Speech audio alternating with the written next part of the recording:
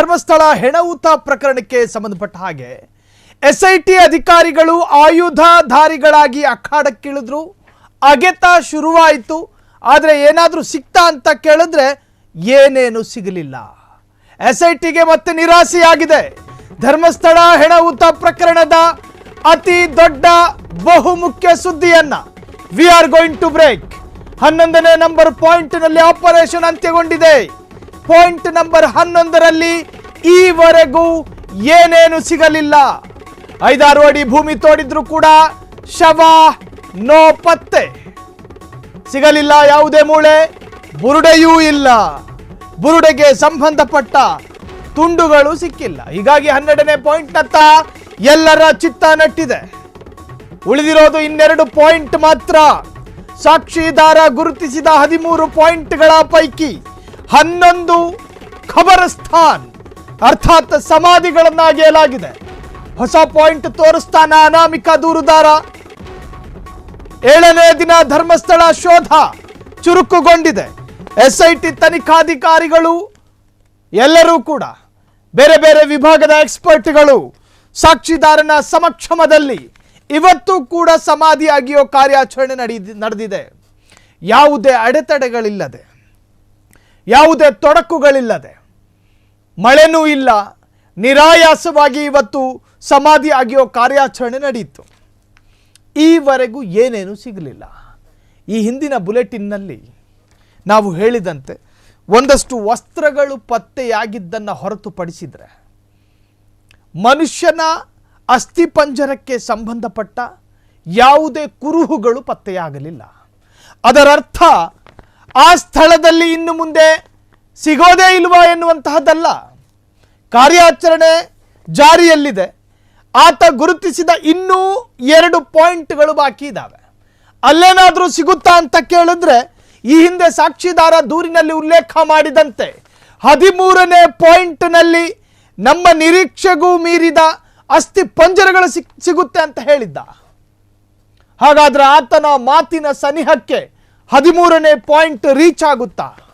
ಎಲ್ಲರ ನಿರೀಕ್ಷೆ ಇರೋದು 7, 8, 9, 10, 11ರಲ್ಲ, 12 ಮತ್ತು 13ರಲ್ಲಿ. ಈ ಪ್ರಕರಣದ ಅತ್ಯಂತ ಪ್ರಮುಖ ಘಟ್ಟಕ್ಕೆ ತಲುಪಿದೆ ಎಸ್ಐಟಿ ತನಿಖೆ. ಸಂದೇಹ ಬಂದ ಕಡೆ ಅಗಿತಿದ್ದಾರೆ, ಡೌಟ್ ಬಂದ ಕಡೆ ಗುದ್ದಲಿಯನ್ನು ಹಾಕಲಾಗ್ತಾ ಇದೆ. ಸಂಶಯ ಇದ್ದ ಕಡೆ ಎಲ್ಲವೂ ಕೂಡ ಅಗೆಯುವಂತಹ ಕೆಲಸಗಳು ನಡೀತಾ ಇದೆ. ಎಸ್ಐಟಿ ತನಿಖೆ ಚುರುಕುಗೊಂಡಿದೆ.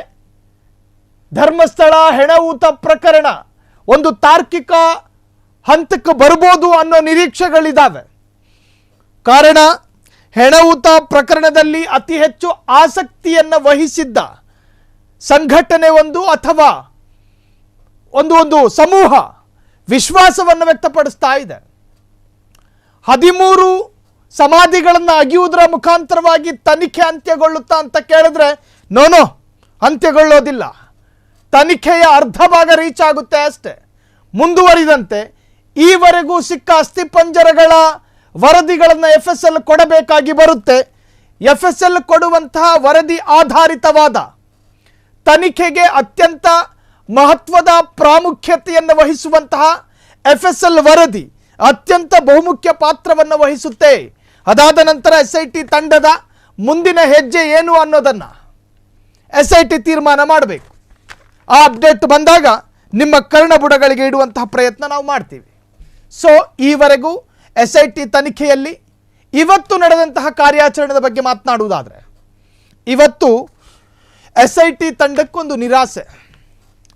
ಯಾಕೆ ನಿರಾಸೆ ಅಂತ ಕೇಳಿದ್ರೆ ಯಾವ ಅಸ್ಥಿಪಂಜರವೂ ಪತ್ತೆಯಾಗಲಿಲ್ಲ.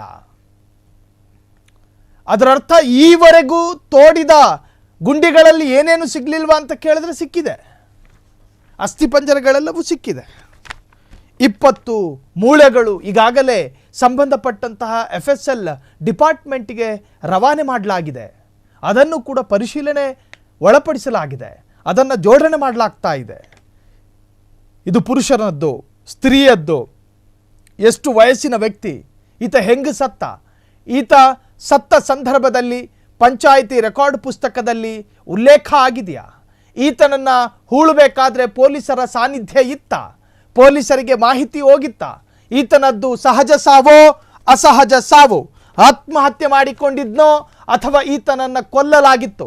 ಕಾರಣ ಹೆಣವುತ ಪ್ರಕರಣದಲ್ಲಿ ಈ ಹಿಂದೆ ಸಾಕ್ಷಿದಾರ ಹೇಳಿಕೊಂಡಂತೆ ನನ್ನ ಕಣ್ಣ ಮುಂದೆ ಅನೇಕ ಶವಗಳು ಬರ್ತಾ ಇತ್ತು, ಅದರಲ್ಲಿ ಸ್ತ್ರೀಯರ ಶವಗಳೇ ಹೆಚ್ಚು. ಆ ಸ್ತ್ರೀಯರ ದೇಹದ ಮೇಲೆ ಲೈಂಗಿಕ ದೌರ್ಜನ್ಯದ ಮಾರ್ಕ್ಗಳನ್ನು ನಾನು ಗಮನಿಸಿದ್ದೆ. ಅದರಲ್ಲಿ ಒಂದಷ್ಟು ಯುವತಿಯರು ಅರ್ಥಾತ್ ಕನ್ಯಾ ಹೆಣ್ಣು ಮಕ್ಕಳು, ಕನ್ಯೆಯರು ಇದ್ದರು. ಸೊ ಹೀಗೆ ಸಾಕಷ್ಟು ಆರೋಪಗಳಿತ್ತು. ಸೊ ಎಲ್ಲದಕ್ಕೆ ಸಂಬಂಧಪಟ್ಟ ಹಾಗೆ ಮುಂದೆ SIT ತನಿಖೆ ಆದ ನಂತರವೇ ಅದರ ಸತ್ಯಾಸತ್ಯತೆ ಗೊತ್ತಾಗಬೇಕು.